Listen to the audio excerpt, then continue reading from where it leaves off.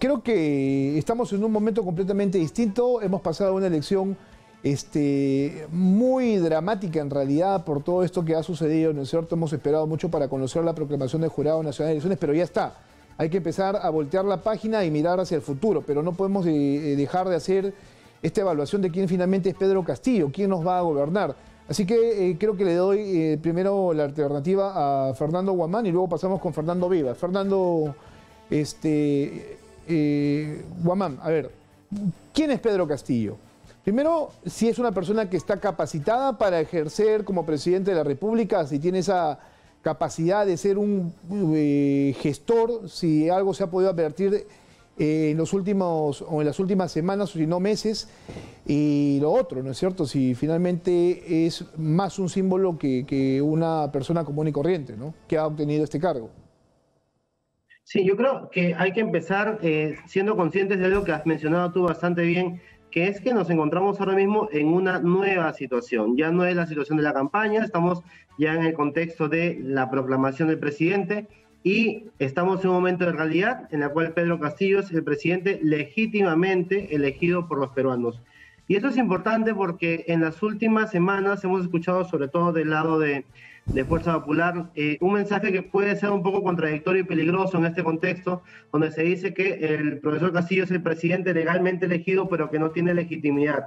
Y creo que ahí hay un error, porque la primera legitimidad que fundamenta el poder de una elección como esta es la legalidad. Por lo tanto, si la legalidad respalda, ¿no? Y no ha habido indicios y pruebas suficientes para ponerla en cuestión, creo que estamos frente a una elección totalmente legítima, más allá de las discusiones de la opinión pública respecto a posibles irregularidades. Me parece que esto es lo importante. El señor Castillo es el presidente, es una realidad, y como realidad, por supuesto, podemos atribuirle múltiples lecturas.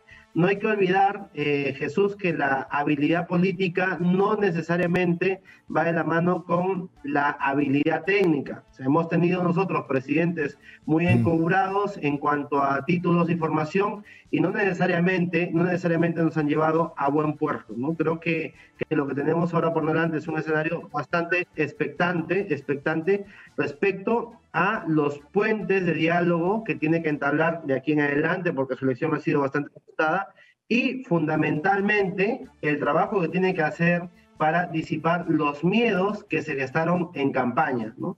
Y el disipar esos miedos nos tiene que llevar, por lo menos desde el punto de vista de lo que es la radiografía electoral del Perú, a mirar los compromisos de la proclama ciudadana, que son los grandes compromisos donde están los consensos mayoritarios del país. Si tú recuerdas, y en campaña hemos visto, en por lo menos estudios junto a los de intención de voto, veíamos datos de cuántas personas estaban de acuerdo con un cambio radical, que podría ser el cambio que vinculaba al primer plan de gobierno de Perú Libre, ¿no? Veíamos que hay un tercio del país que efectivamente considera que el modelo económico no le ha llegado y que cree que es necesario un cambio brusco, pero sin embargo hay 2/3 del país que consideran que hay que hacer cambios, pero no por la vía radical, ¿no? Entonces, esa radiografía de cómo están las expectativas, es importante que las tenga ahora el profesor Castillo ya como presidente, para que pueda, por un lado, calmar esta desigualdad social en este tercio del país que quiere un cambio brusco, y entender que la mayoría del Perú no ha votado por el primer plan de gobierno, sino que quiere unos cambios, pero por una vía mucho más moderada, ¿no? Me parece que ese es el panorama en el cual se tiene que mover ahora todas las conversaciones que hay a nivel político, tanto para la bancada como para la mesa directiva, como para la conformación del equipo de ministros. Este término que tú utilizas, ¿no es cierto? Moderado, ¿no? Es un término que todos estamos manejando y al cual apostamos. Sin embargo, parece que no hay gran satisfacción por quienes van a dirigir el país, al menos no por parte de Perú Libre, porque Pedro Castillo, la verdad es que muy poco es lo que dice o anuncia, ¿no? Está demorando justamente en hacer esos anuncios que creo que son importantísimos para ver cómo es que se van a consensuar con las demás fuerzas políticas. Está Fernando Vivas también con nosotros, que ha escrito hoy día dos cosas bastante interesantes. Primero, el perfil de Pedro Castillo, por quién es, por cómo se hace, ¿no? Y cómo es que llega él prácticamente a Palacio de Gobierno. Pues yo, Fernando, estaba leyendo y a diferencia de otros de otros presidentes que llegan a esta situación o a este cargo, perdón. Pedro Castillo no tiene los mismos pergaminos, ¿no es cierto? Evo Morales tenía la capacidad de ser el líder sindical, estuvo muy metido en la política, fue senador en su momento, ¿no es cierto? Y luego más de una vez candidato a la presidencia de la República. A Castillo se le han pintado las cosas como que mucho más fácil.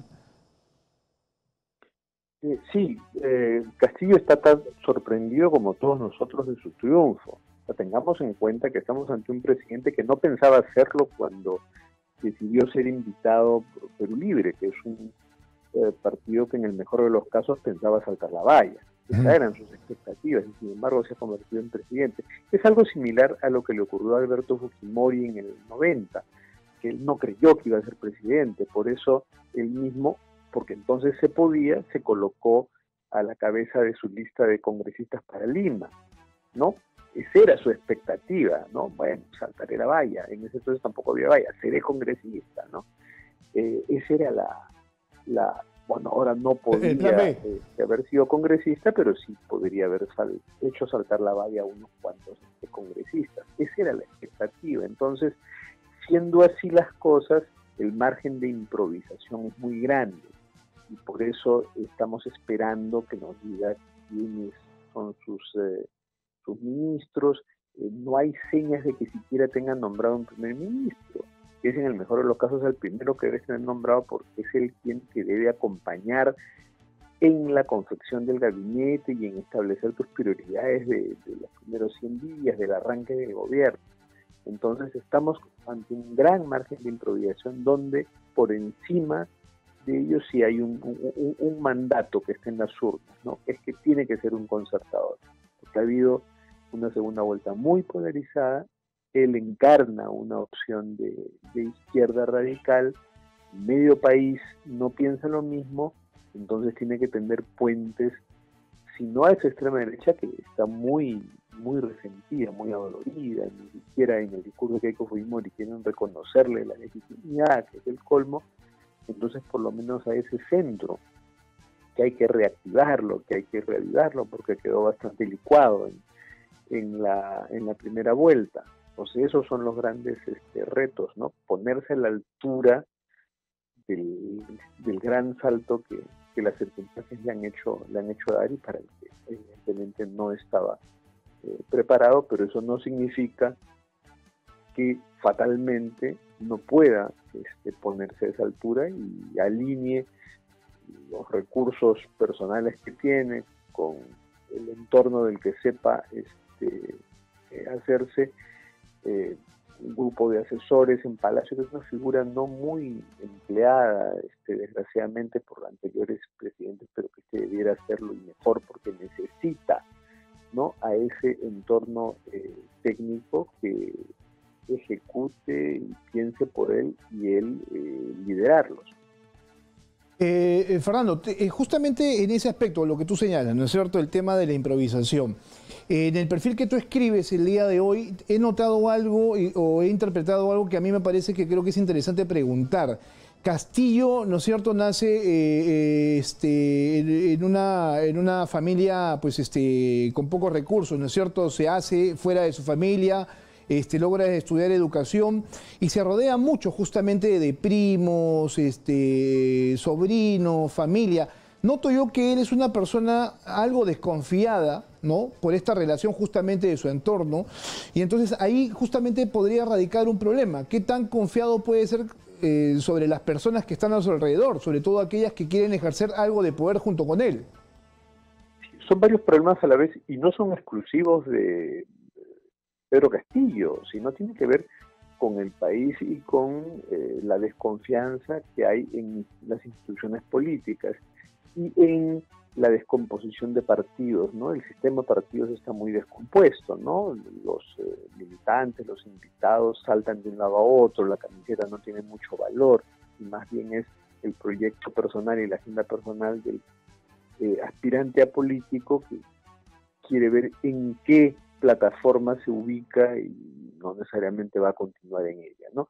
Todo eso está encarnado en Castillo, entonces tenemos a un presidente que no es orgánico a un partido, es un invitado de Perú Libre, lo más probable es que Perú Libre y Vladimir Cerrón están con todas las condiciones como para ser víctimas de la infidelidad del presidente. Además, hay un mandato nacional para que así lo sea, ¿no?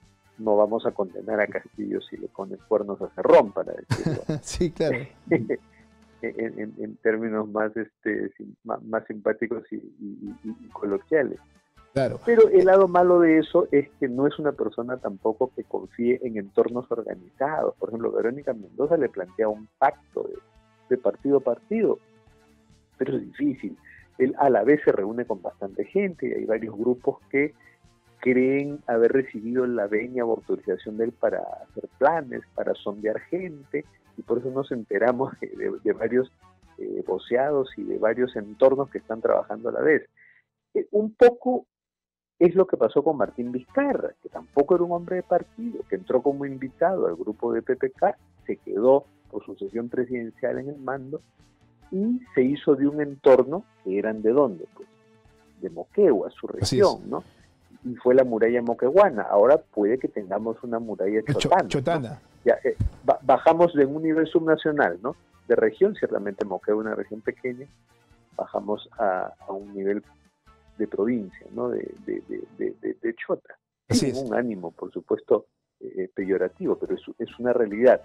A falta de confianza en las grandes instituciones, confío en mi círculo donde los lazos de sangre y de tierra y de etnia son los que mandan, ¿no? Eso yo lo interpreto como política de sobrevivencia, que es lo que justamente tú bien señalabas, lo han aplicado otras personas también que se han visto obnubiladas, ¿no es cierto?, por seguramente el ejercicio de la función. Fernando Guamán, ¿cuál es tu interpretación al respecto? Yo coincido efectivamente con los comentarios de Fernando Vivas, porque desde el punto de vista de la capacidad técnica que podamos atribuirle al profesor Castillo, creo que ahí es donde está la mayor deficiencia, y no solamente en el entorno de Perú Libre, sino que al no tener propios cuadros, los puestos claves o donde pueda él depositar su confianza, podrá ser bastante efímera, ¿no? Entonces podríamos tener en el corto plazo, ¿no?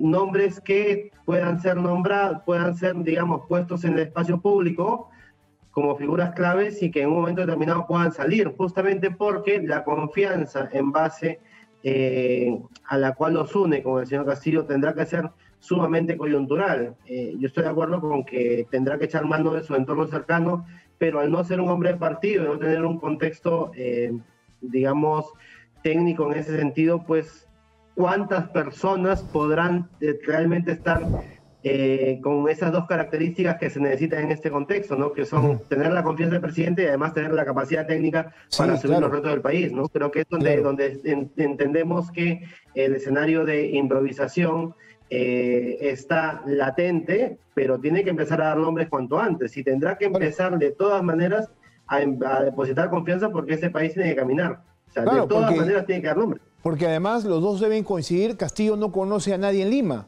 O sea, y su entorno es bastante limitado. O sea, el entorno que él tiene es bastante limitado y la gente que está alrededor, pues es gente que se le está poco a poco subiendo, que él está empezando a conocer.